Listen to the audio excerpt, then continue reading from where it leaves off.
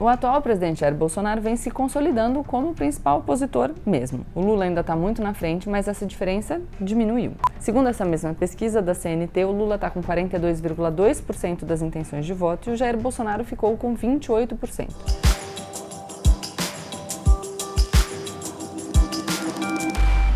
Oi, gente! Como eu sempre digo, a partir de agora, menos emoção e mais razão. Esse não vai ser um vídeo fácil, então aproveita para deixar o seu like, se inscrever no canal e compartilhar o vídeo com seus amigos e dar aquelas 3 respiradas para a gente manter a calma. Vocês lembram? Não lembram? Quem me acompanha aqui sabe que eu venho alertando contra os perigos do sentimento de já ganhou.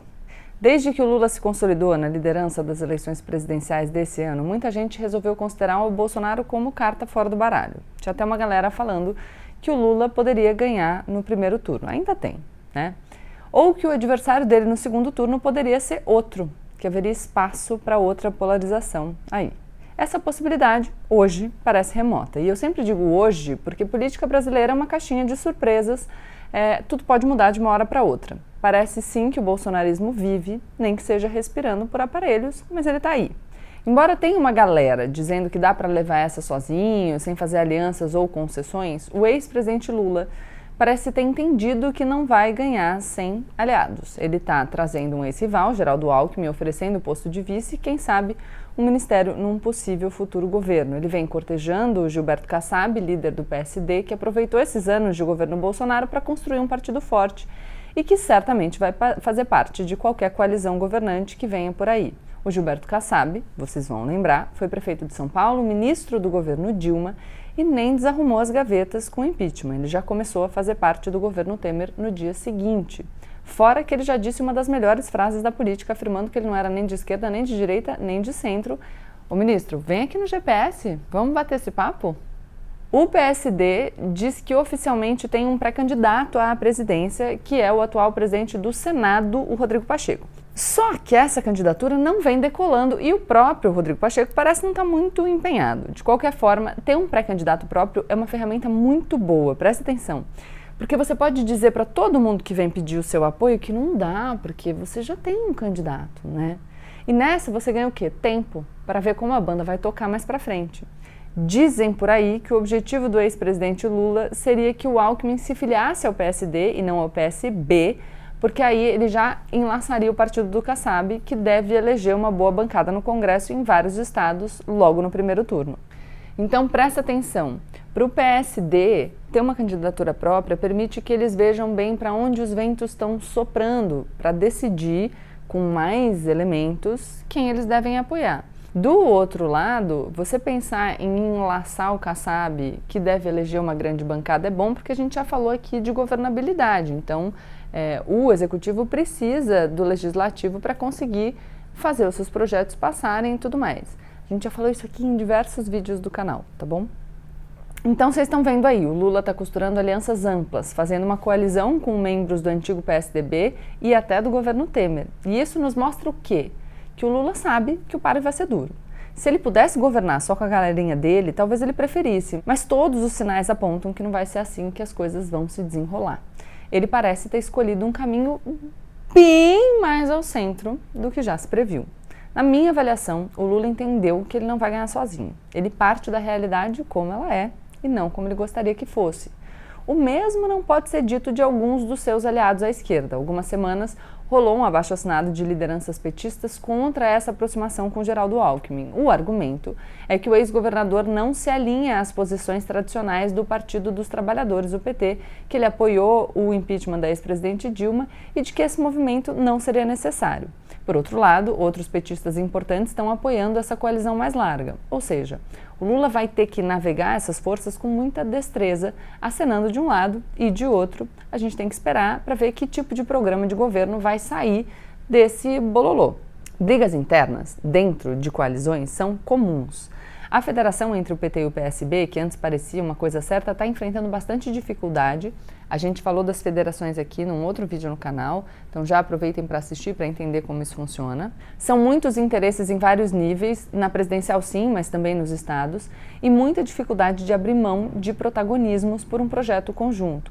Não é à toa que essa pergunta sobre protagonismo estava lá nas minhas perguntas do GPS. E aproveitando o ensejo, na teoria, uma coisa pode ser muito diferente da prática. Eu não ignoro esse dado, mas eu disponibilizei aí uma formalização de posição para vocês fazerem a contraposição com a conduta prática. Em termos mais simples, comparar o que eles dizem com o que eles fazem. E isso eu não vou fazer para vocês. Vocês façam, cada um faça o seu critério. Inclusive sobre se a estratégia vale a pena, se ela é legítima e tudo mais. Como eu digo, eu disponibilizo algumas coisas aqui e aí vocês vão tomando as próprias decisões. Enfim, essa disputa por protagonismo fica ainda mais clara na chamada terceira via, aquele bolinho de candidatos que estão lutando para angariar o voto que não quer nem Bolsonaro nem Lula. Eu vou fazer uma ressalva importante aqui. Olha só, é legítimo, tá? Não querer nem Lula nem o Bolsonaro. É legítimo não querer nem Lula, nem Bolsonaro, nem Moro. É legítimo não querer o Lula com o Alckmin. É legítimo achar que a chapa Lula-Alckmin é uma boa ideia. Enfim, formem aí todas as hipóteses possíveis. Tudo está dentro das infinitas possibilidades da democracia. Cuidado com tudo que não é exatamente o que eu desejo é a mesma coisa que o Bolsonaro, porque aí a gente esvazia a crítica devida ao Bolsonaro. Então, lembra que eu sempre falo para vocês, se tudo aquilo que não é exatamente o que você pensa, ou muito próximo daquilo que você pensa, você taxa de ilegítimo, de absurdo, de intolerável, pode ser você o intolerante. Cuidado, a gente tem que dar para as coisas o nome que elas têm, e na democracia a gente tem que conviver com ideias e projetos de país diferentes dos nossos e com as necessidades da democracia de a gente fazer acordos para conseguir, por exemplo, ganhar uma eleição majoritária. Enfim, nesse bololô da terceira via, o prognóstico não anda nada bem. Segundo uma pesquisa da CNT, Confederação Nacional do Transporte, em parceria com o Instituto MDA, divulgada na segunda-feira, os candidatos do meio que têm mais apoio são o Ciro Gomes, que está com 6,7%, empatado ali com o ex-ministro e ex-juiz Sérgio Moro, que está um tiquinho atrás. O Ciro aumentou um pouco e o Moro caiu de dezembro para cá. A maioria dos candidatos patina entre 1% e 2% das intenções de voto. Essa galera sonhava que o Bolsonaro nem chegasse ao segundo turno e que eles pudessem antagonizar com o Lula. No entanto, nada ali parece muito promissor. Só o que a gente ouve é a necessidade desses candidatos da centro-direita à direita se juntarem em prol de um projeto conjunto, mas aí tem aquela história do tal gesto de abrir mão do protagonismo. E claro, se a gente pensar no Ciro Gomes, teria que ser uma união à esquerda, né? Mas aí o Ciro, enfim, tem traçado uma estratégia de também fazer críticas incisivas e contundentes ao ex-presidente Lula. Então a gente precisa observar aí como as coisas vão desenrolar. Enquanto isso, o atual presidente Jair Bolsonaro vem se consolidando como o principal opositor mesmo. O Lula ainda está muito na frente, mas essa diferença diminuiu. Segundo essa mesma pesquisa da CNT, o Lula está com 42,2% das intenções de voto e o Jair Bolsonaro ficou com 28%. Em relação a dezembro, o Lula caiu um tiquinho, 0,6 ponto percentual, e o Bolsonaro cresceu 2,4 pontos percentuais. A diferença entre os dois, que era de 17,2%, agora é de 14,2%. Pouca coisa? Pouca coisa. Eu acho que qualquer um que tivesse que apostar agora, frisem o agora, em quem vai ganhar, apostaria no Lula. Contudo, o cenário ainda muda muito até outubro. A máquina do ódio nas redes sociais, empregada pelo presidente e pelos seus filhos, andou bem direcionada para o Sérgio Moro, com medo de que o Moro abocanhasse os seus votos pela direita. E parece ter funcionado. O Moro estagnou e depois caiu.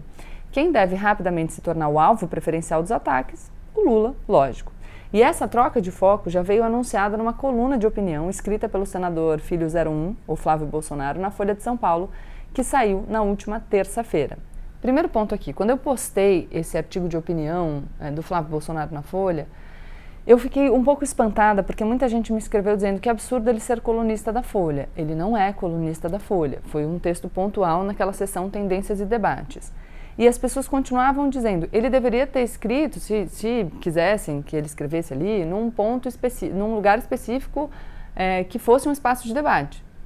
Era um espaço de debate. Então isso me deixa um pouco aflita, porque eu percebo um movimento das pessoas fazendo críticas a algo sem saberem exatamente o que é esse algo. E eu falo muito aqui no canal sobre a importância da gente ter alicerce para o que a gente fala. Não é só falar contra algo porque a gente acha que isso vai pegar bem no nosso meio. A gente precisa saber o que é esse algo, porque senão não é a nossa opinião, entendeu? A gente só está repetindo as coisas como um papagaio.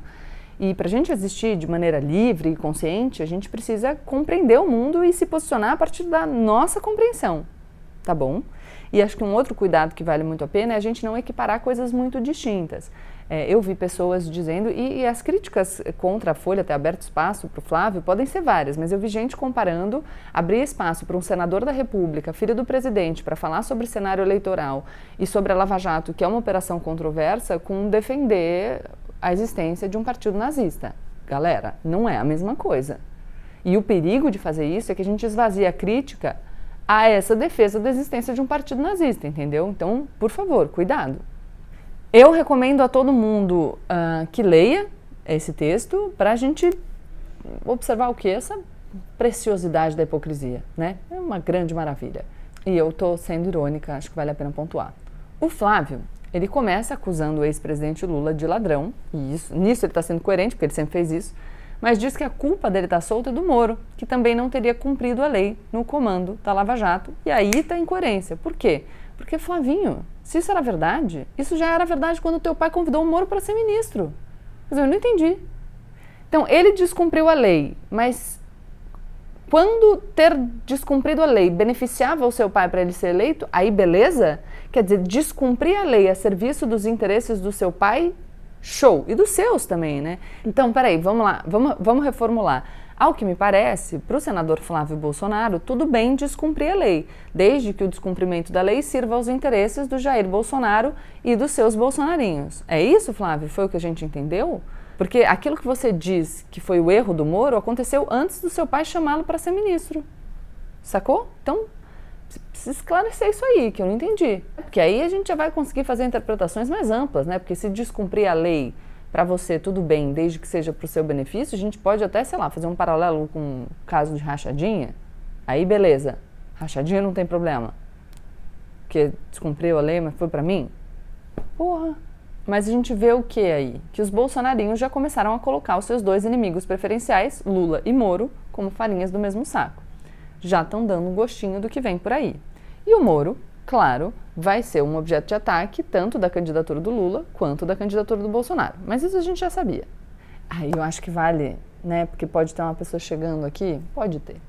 Eu tenho vários vídeos sobre minha posição a respeito da conduta do Moro na presidência da Operação Lava Jato. Quem quiser é só colocar na busca, tá?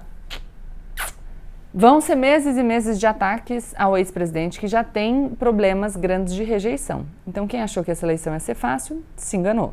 E aqui um outro ponto. Gabriela, como assim o Lula tem rejeição? Tem rejeição, gente. É assim que a coisa é. Você pode não rejeitar, mas existem pessoas que rejeitam. Você pode não gostar do Moro, mas existem pessoas que gostam. A gente vai ver no decorrer do vídeo aqui que tem gente que gosta até do Bolsonaro. Sacou? Com todo o foco voltado para ele, a estratégia do ex-presidente Lula de não se expor tanto no cenário nacional em breve vai parar de funcionar. O Lula tem dado entrevistas a pequenas rádios do interior, falado esporadicamente, tem tentado um pouco tirar o foco dele, enquanto ele costura as alianças que ele precisa, enquanto os seus adversários estão brigando entre si. Ele não é bobo, aliás, tem uma coisa que ele não é bobo, ele é muito esperto, um político extremamente habilidoso. Mas essa estratégia tem um prazo de validade que está chegando.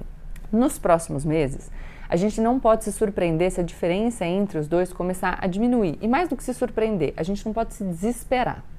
Lembram que eu falei para vocês que a nossa situação é tão ruim, mas tão ruim, que se alguma coisinha mínima melhorar, o Bolsonaro já vai usar para criar um clima de otimismo associado à gestão dele? Pois é, isso pode funcionar. Se a pandemia der uma arrefecida, como parece ser o caso, julgando pela trajetória dela no resto do mundo, ou se a economia der um pequeno alívio, o auxílio emergencial vem chegando desde o final do ano, e aí nunca se sabe.